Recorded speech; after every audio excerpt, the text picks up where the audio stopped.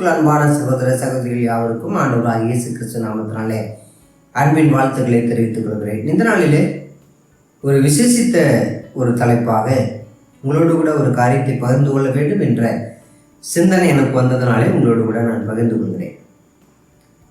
Lent நாட்கள் அவசியமா என்கிற தலைப்பிலே இந்த நாளிலே உங்களோடு கூட நான் பேச போகிறேன். இதை குறித்து பலரும் பேசியிருக்கிறார்கள், பலரும் பல கருத்துக்களை சொல்லியிருக்கிறார்கள். ஆனாலும் இந்த லெந்து நாட்களில் இருக்கிற விஷயங்கள் என்ன என்பதை நீங்கள் எல்லாரும் புரிந்து கொள்ள வேண்டும் என்பதற்காக நான் இந்த பகுதியை நான் பேச இருக்கிறேன். அதாவது லெந்து நாட்கள் என்பது ஒரு துக்கமான ஒரு நிகழ்வாக அனுசரிக்கப்படுகிறது. இந்த வருஷத்தில் சாம்பல் புதன் என்கிற அந்த நாளில் தொடங்கி ஈஸ்டர் வரைக்குமாய் இருக்கிற 46 நாட்களை லெந்து நாட்களாக அனுசரிக்கிறார்கள். அதில் 40 நாட்கள் லெந்து நாட்களாக அனுசரிப்பார்கள். 6 ஞாயிற்றுக்கிழமை வருகிறதுனால அன்றைக்கு அதை அனுசரிக்க மாட்டார்கள். ஏன்னு சொன்னால் இயேசு கிறிஸ்து நமக்காக பாடுபட்டார், நமக்காய் துக்கப்பட்டார். அவரோடு கூட சேர்ந்து நாமும் துக்கப்பட வேண்டும், நாமும் அவரோடு கூட சேர்ந்து பாடு அனுபவிக்க வேண்டும். நம்முடைய சுய நன்மைகள் மேன்மைகள் எல்லாவற்றையும் இழந்து வாழ வேண்டும் என்பதற்காக இந்த 40 நாட்கள் லெந்தாக அனுசரிக்கிறார்கள். ஆனால் இதில் சில விஷயங்கள் இருக்கிறது. சாம்பல் புதன் என்கிற அந்த நாளிலே துவங்குகிறது. இதை மற்றவர்கள் என்ன சொல்கிறார்கள் என்று சொன்னால், சாம்பலில் உட்கார்தல் என்பது துக்கத்தை வெளிப்படுத்தக்கூடியதாக இருக்கிறது, அதனாலே சாம்பலிலே ஆரம்பிக்கிறார்கள் என்று சொல்கிறார்கள். நீங்கள் சொல்வது அப்படியே சரியாக வைத்துக்கொள்வோம். யோபு சாம்பலில் உட்கார்ந்திருக்கிறார். யோனா காலத்துடைய மக்கள் சாம்பலில் உட்கார்ந்திருக்கிறார்கள். இப்படி எத்தனையோ பேர் சாம்பலில் உட்கார்ந்திருக்கிறார்கள், ரெட்டு உடுத்தியிருக்கிறார்கள். அதனால அது துக்கத்துக்காக நாம் சொல்லலாம் என்று சொல்லி எடுத்துக்கொள்வோம். நீங்கள் சொல்வது சரிதான். ஆனால் இயேசு கிறிஸ்து இப்போது உங்களுக்காக மரிக்க போகிறாரா அல்லது 2025 வருடத்துக்கு முன்பாகவே மரித்து விட்டாரா என்ற ஒரு கேள்வியை நாம் வைப்போமானால், இயேசு கிறிஸ்து 2025 வருடத்துக்கு முன்பாகவே மரித்து விட்டார். இனி அவருக்காக நீங்கள் துக்கப்பட வேண்டிய அவசியம் இல்லை. இயேசு கிறிஸ்து சொன்னார், எனக்காக நீங்கள் யாரும் அழ வேண்டாம், உங்களுக்காகவும் உங்கள் பிள்ளைகளுக்காகவும் அழுங்கள் என்று சொல்லி சொன்னார். சரி, அப்படி 40 நாள் துக்கமாகவே வைத்துக்கொள்வோம். சாம்பலில் உட்காருவது என்பது துக்கமாக வைத்துக்கொள்வோம். 40 நாள் உபவாசமாயிருந்தார்கள். மோசே உபவாசமாயிருந்தார், இயேசு கிறிஸ்து உபவாசமாயிருந்தார் என்று சொல்லி நாம் சொல்வோம்னால், இயேசு கிறிஸ்து உபவாசமாயிருந்தது அவர் நமக்காக கற்றுக் கொடுக்க முடியாது. நீங்கள் உபவாசமாயிருங்கள், அது தப்பில்லை. அது ஏன் 40 நாள் மட்டும் வைக்கிறீர்கள் என்பதுதான் இங்கே கேள்வியாக இருக்கிறது. இந்த முறை, இந்த வழக்கம் என்பது எப்போது முதலாவது ஆரம்பிக்கப்பட்டது என்று சொன்னால், இயேசு கிறிஸ்துடைய காலத்தில் இது இருந்ததா என்று சொன்னால் இல்லை. அப்போ இயேசு கிறிஸ்துக்கு அப்புறமா இருக்கிற அப்போஸ்தலருடைய நடவடிக்கை காலத்தில் அது இருந்ததா என்று சொன்னால் அதுவும் இல்லை. அதுக்கப்புறமாக சபை பிதாக்களுடைய காலத்தில் அது வந்ததா என்று சொன்னால் அப்போதும் இல்லை. கிட்டத்தட்ட 4ஆம் நூற்றாண்டுக்கு அப்புறமாக அல்லது 6ஆம் நூற்றாண்டுக்கு அப்புறமாகத்தான் இந்த ஒரு நிகழ்வு வந்தது. இதை சிலர் என்ன சொல்கிறார்கள் சொன்னால், இது சபை ஒழுங்கு என்று சொல்கிறார்கள். நீங்கள் சொல்வதை நான் அப்படியே ஏற்றுக்கொள்கிறேன். அது உங்களுடைய சபையின் ஒழுங்காக நீங்கள் வைத்திருக்கிறீர்கள். ஆனால் ஒழுங்கு என்பது வேதத்துடைய சட்ட திட்டங்களோடு கூட அது ஒத்துப்போக வேண்டும். ஒத்துப்போகாத ஒன்றையும் நாம் செய்ய வேண்டிய அவசியம் இல்லை. ஆனால் இது தெரிந்தும் கூட நாம் என்ன செய்கிறோம் என்று சொன்னால், நாம் அதே காரியத்தை செய்து கொண்டிருக்கிறோம். இது ஒரு சடங்காச்சாரமாக மாறிவிட்டது. இந்த 40 நாட்கள் நாம் ஒருவேளை பூ வைப்பதை தவிர்த்து விடலாம், ஒருவேளை பெண் பார்க்கிற, பெண் எடுக்கிற அந்த விஷயங்களை தள்ளி வைத்து விடலாம், ஒருவேளை மது அருந்துதல் மற்ற காரியங்களை கூட நீங்கள் தள்ளி வைத்து விடலாம். இது ஏன் 40 நாட்கள் வரைக்கும் செய்கிறீர்கள்?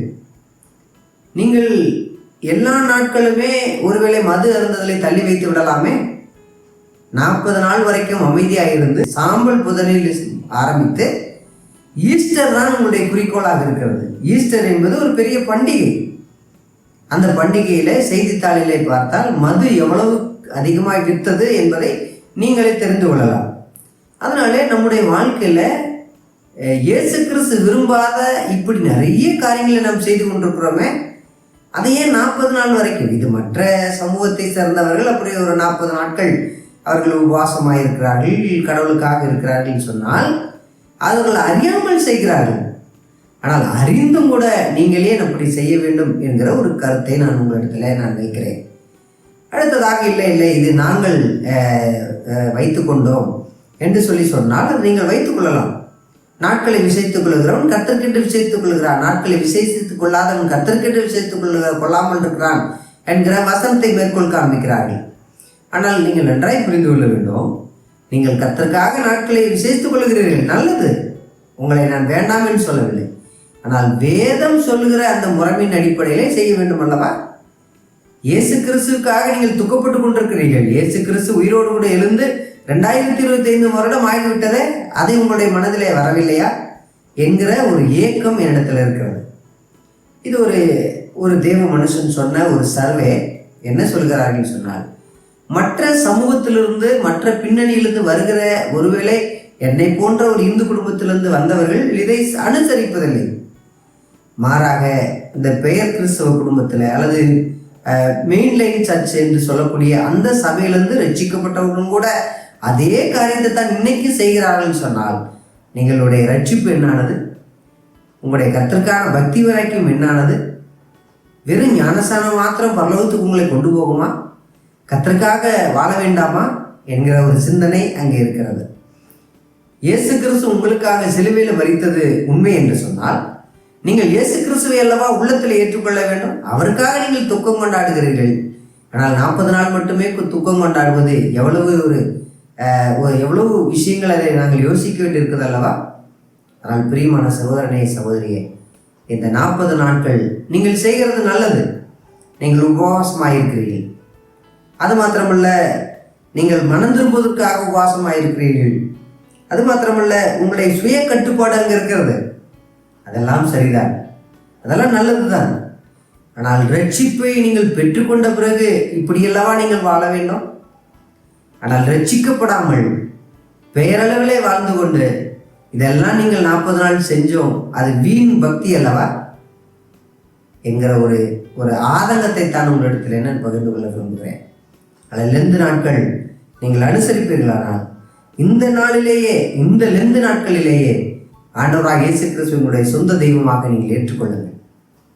பின்பாக அடுத்து வருகிற நாட்களில் இன்னும் ஆண்டவருக்காக நீங்கள் வாழ வேண்டும், ஆண்டவருக்காக துக்கம் அடைய வேண்டும் நினைக்கிறீங்க. நீங்கள் ஆண்டவர் அறியாத ஜனங்கள் எத்தனையோ பேர் இருக்கிறாங்களே, அவங்களுக்கு நீங்கள் போய் ஆண்டவர் பற்றி சொல்லலாம் இல்லையா?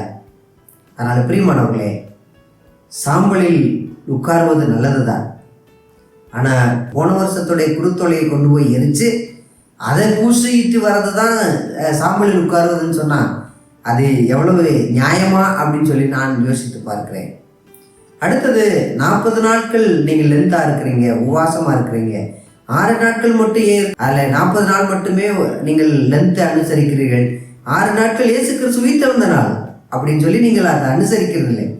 இதுவே உங்களுக்கு புரிகிறது அல்லவா இயேசு கிறிஸ்து உயிர்த்தெழுந்து விட்டார் என்று? ஒன்று. இரண்டாவதாக, இயேசு கிறிஸ்துவை நீங்கள் நினைவு கூறுகிறீர்கள். இந்த 40 நாளுமாக நினைவு கூறுகிறீர்கள். இயேசு கிறிஸ்து எங்களை 40 நாள் நினைவு கூறுன்னு சொல்லவில்லை, வாரந்தோறும் என்னை நினைவுறுங்கள் என்று சொல்லி அவர் சொல்லி போயிருக்கிறார். நான் வருமளவும் என்று சொல்லி போயிருக்கிறார். அதனால் இயேசு கிறிஸ்துடைய வருகை வரைக்கும் வாரந்தோறும் அவரை நினைவு கூற வேண்டும் அல்லவா? அவரை எப்படி நினைவு கூற வேண்டும் என்று சொன்னால், அவருடைய அப்பத்தையும் பாத்திரத்தையும் நாம் நினைவு கூறும்போது அதை இயேசு கிறிஸ்துடைய சரீரத்துக்கும் அவருடைய இரத்தத்துக்கும் அடையலட்சணமாக இருக்கிறதை நான் நினைவு கூர்ந்து நம்முடைய ஆண்டவரை நினைவு கூர்ந்து அவரை ஆராதிக்க வேண்டும் அல்லவா? அதனால் நீங்கள் செய்வதில் பாதி உண்மை இருக்கிறது, ஆனால் பாதி சத்தியத்துக்கு விரோதமாய், சபைக்கு விரோதமாய் பல காரியங்கள் இருக்கிறதே. அதை நீங்கள் யோசித்து பார்க்க முடியும். உங்களை அன்போடு கூட நான் கேட்டுக்கொள்கிறேன். உங்களை யாரும் குறை கூறுவதற்காக அல்ல, நீங்கள் சரியாய் தெரிந்து கொள்ளுங்கள் என்பதற்காக. ஒருவேளை நீங்கள் தெரிந்து கொண்டால் அந்த சந்தோஷம் எனக்கும் கிடைக்கும் என்கிற நம்பிக்கையோடு கூட நான் சொல்கிறேன். அதனால் பிரியமானவர்களே, இந்த 40 நாள் லெந்தவை குறித்து நீங்களே கர்த்தர் சமூகத்தில் உட்கார்ந்து ஜெபியுங்கள், நீங்கள் வேதத்தை வாசியுங்கள்.